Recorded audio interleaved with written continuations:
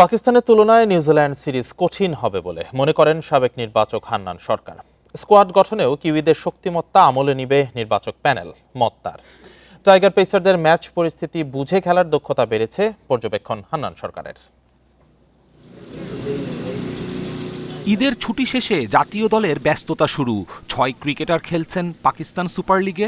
মিরপুরে অনুশীলন শুরু বাকিদের। এপ্রিলে নিউজিল্যান্ডের বিপক্ষে সাদা বলের গুরুত্বপূর্ণ সিরিজ বাংলাদেশের। 200-র বেশি সার্ভিস ও ফিচারে লেনদেনের সব বিকাশ অ্যাপে সম্ভব।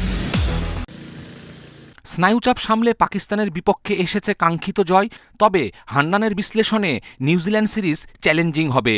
কিউইরা শক্ত প্রতিপক্ষ, উপমহাদেশের কন্ডিশনেও স্বাগতিকদের হারানোর সামর্থ্য রাখে।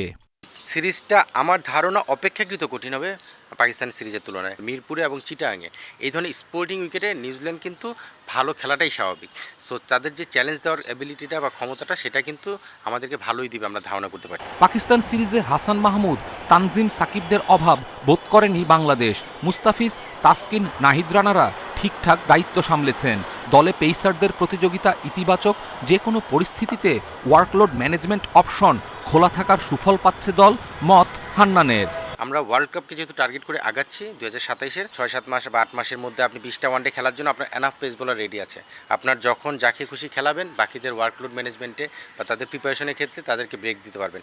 সো এটাও একটা বিশাল অ্যাডভান্টেজ, সেটা কোচ, ক্যাপ্টেন, সিলেক্টরদের জন্য।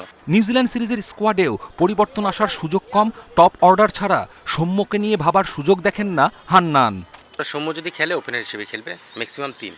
তারপরে যদি খেলে তাহলে সৌম্যকে না খেলানোই ভালো, মিডল অর্ডার অবশ্যই না। নিউজিল্যান্ড সিরিজের আগে লম্বা সময় প্রস্তুতির সুযোগ পাচ্ছে বাংলাদেশ। প্রতিপক্ষ, উইকেট, কন্ডিশন ভাবনায় দল সাজাতে হবে নতুন নির্বাচক প্যানেলকে। কপিল পাল, ইন্ডিপেন্ডেন্ট নিউজ।